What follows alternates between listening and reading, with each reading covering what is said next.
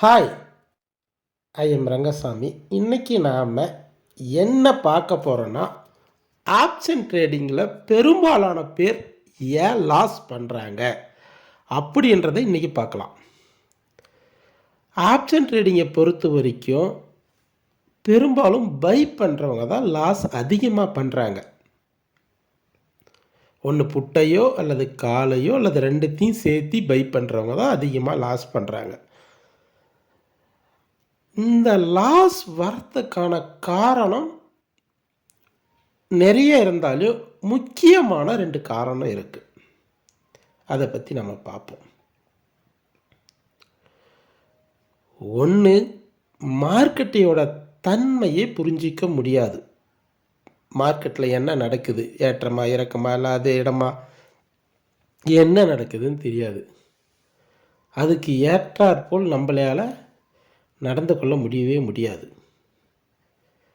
நீங்கள் மட்டும் இல்லை, யாராலையுமே முடியாது. அது ஒரு முக்கியமான காரணம். 2வது காரணம், சரி மார்க்கெட்டையே நீங்கள் புரிஞ்சிக்கிட்டீங்க.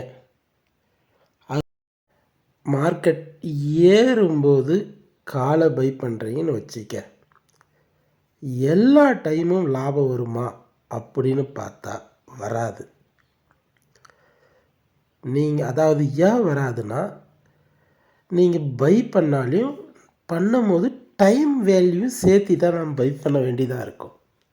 அந்த டைம் வேல்யூக்கு ஈக்குவலாக மார்க்கெட் ஏறலைன்னா நமக்கு லாபம் வராது. மார்க்கெட் ஏறும், ஆனால் நம்ம காலத்தை பை பண்ணியிருப்போம், ஆனால் லாபம் வராது. பெரும்பாலான நேரங்களில் இதுதான் நடக்கும். மார்க்கெட் இறங்கும், நம்ம புட்டை பை பண்ணியிருப்போம், லாபம் வராது. காரணம், நீங்கள் பை பண்ண புட்டோட டைம் வேல்யூவை விட அதிகமாக இறங்கணும். காலை பை பண்ணியிருக்கும் போது அந்த டைம் வேல்யூவோட அதிகமாக ஏறணும். அப்போ தான் லாபம் வரும். டைம் வேல்யூன்றது பையருக்கு எதிராக தான் இருக்கும். அதனால் நமக்கு நஷ்டத்தில் முடியும். மார்க்கெட் ஹை வலாட்டிலிட்டி, அதிகப்படியான ஏற்றம் இறக்கம் இருந்தால் மட்டும்தான் நமக்கு லாபம் வரும். ஒரு சில நேரங்களில் மட்டும்தான் லாபம் வரும். அதாவது எதிர்பாராத நடக்கக்கூடிய விஷயங்கள், அதுக்கு மட்டும்தான் லாபம் வரும். எதிர்பார்த்து நடக்கக்கூடிய விஷயங்கள்லாம் எலெக்ஷன் டைமு அல்லது ஏதாவது bank decision, reserve bank decision, அந்த மாதிரி இன்னும் நிறைய பட்ஜெட்டு, அந்த மாதிரி தெரிஞ்ச விஷயங்களுக்கு அதுக்கு தகுந்தாற்போல் டைம் வேல்யூ இன்க்ரீஸ் ஆயிரும். அப்போ நம்ம டைம் வேல்யூ சேர்த்து தான் பை பண்ணியிருப்போம், அதனால் லாபம் வராது. எதிர்பாராத நிகழ்வுகளால் மட்டும்தான் இதில் லாபம் வரும்.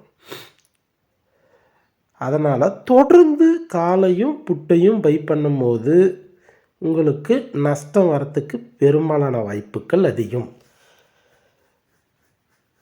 ஒரு சில பேர் என்ன பண்ணுவாங்க, எவ்வளோ இந்த நஷ்டத்துக்கு நாம் தான் காரணம் அப்படின்ட்டு பல முறை பணத்தை கொண்டாந்து போடுவாங்க. எவ்வளோ பணம் எத்தனை முறை போட்டிங்கனாலும் லாஸ் மட்டும்தான் வரும், லாபம் வராது. ஆப்ஷன் ட்ரேடிங்கில் பை மட்டும் பண்ணுறவங்க தயவு செஞ்சு ஆப்ஷன் ட்ரேடிங் பண்ணாமல் நிறுத்துறது தான் பெஸ்ட்டு. ஏன்னா 100-99 பேர் லாஸ் தான் பண்ணுறங்க. நாம் கடைசி 4 வருஷத்தில் 2022லேருந்து 2025 வரைக்கும், 22, 23, 24, 25 வரைக்கும் 3 லட்சம் கோடியை லாஸ் பண்ணியிருக்கோம். 3 லட்சம் கோடின்றது சாதாரணமாக பணம்ல, பணம் மிக அதிகமான ஒரு பணம். 3 லட்சம் கோடியை ஆப்ஷன் ட்ரேடிங்கில் லாஸ் பண்ணியிருக்கோம். இந்தியன் மார்க்கெட்டில்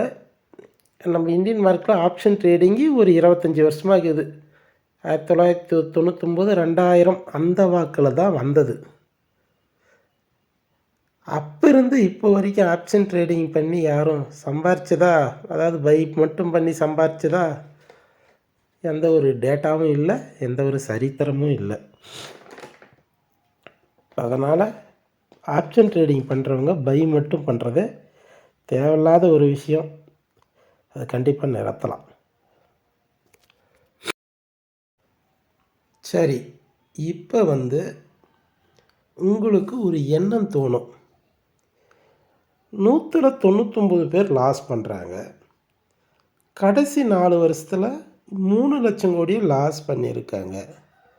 அப்போ அந்த 1% கிட்ட தான் இந்த 3 லட்சம் கோடி போச்சா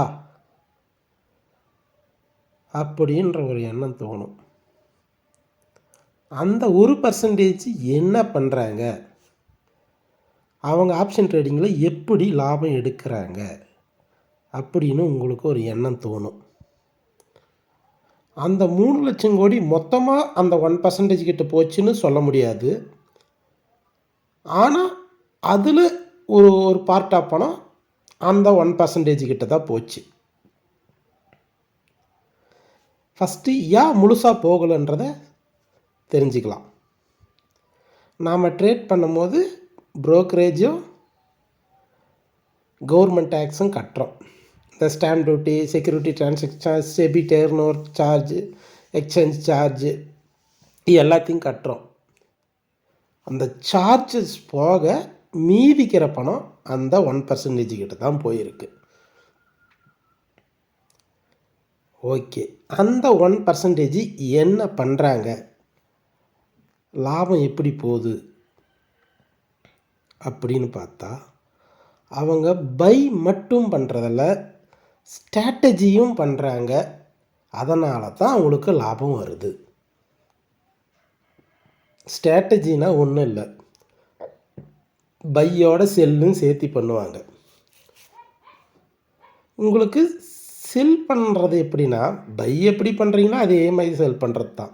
பை பண்ணுறதுக்கு அங்கே ப்ரீமியத்துக்கு மட்டும் பணம் கட்டுவீங்க. இங்கே செக்யூரிட்டி சார்ஜ், அதாவது கொலாட்ரல் செக்யூரிட்டி மார்ஜின்னு சொல்லுவாங்க. அங்கே நிஃப்டி 50ல் ப்ரீமியத்தை மட்டும் பை பண்ணுவீங்க. அங்கே பை பண்ணுறது அப்படி இங்கே ஒரு லாட்டை பை பண்ணோம்னா ஒரு 1 லட்ச ரூபாய் செக்யூரிட்டி டேக்ஸ் வரும். அப்ராக்சிமேட்டாக சொல்கிறோம், ஒரு கொஞ்சம் முன்ன பண்ண வரும். அதே நீங்கள் ஸ்ட்ராட்டஜியில் எச் பண்ணி பண்ணும்போது ஒரு 70,000 80,000 வரும். இது எதுக்காக இவ்வளோ செலவு பண்ணி பண்ணுறாங்கன்னா, டைம் வேல்யூ செல்லருக்கு சாதகமாக இருக்கும். எப்படின்னு சொல்லிட்டா, இந்த மந்தோட நிஃப்டி 50 அட் த மணி ஒரு 26,200 அந்த மாதிரி மார்க்கெட் அட் த மணி இருக்குன்னு வச்சுக்க. அதோட ப்ரீமியம் ஒரு 400 ரூபாய் இருக்குன்னா,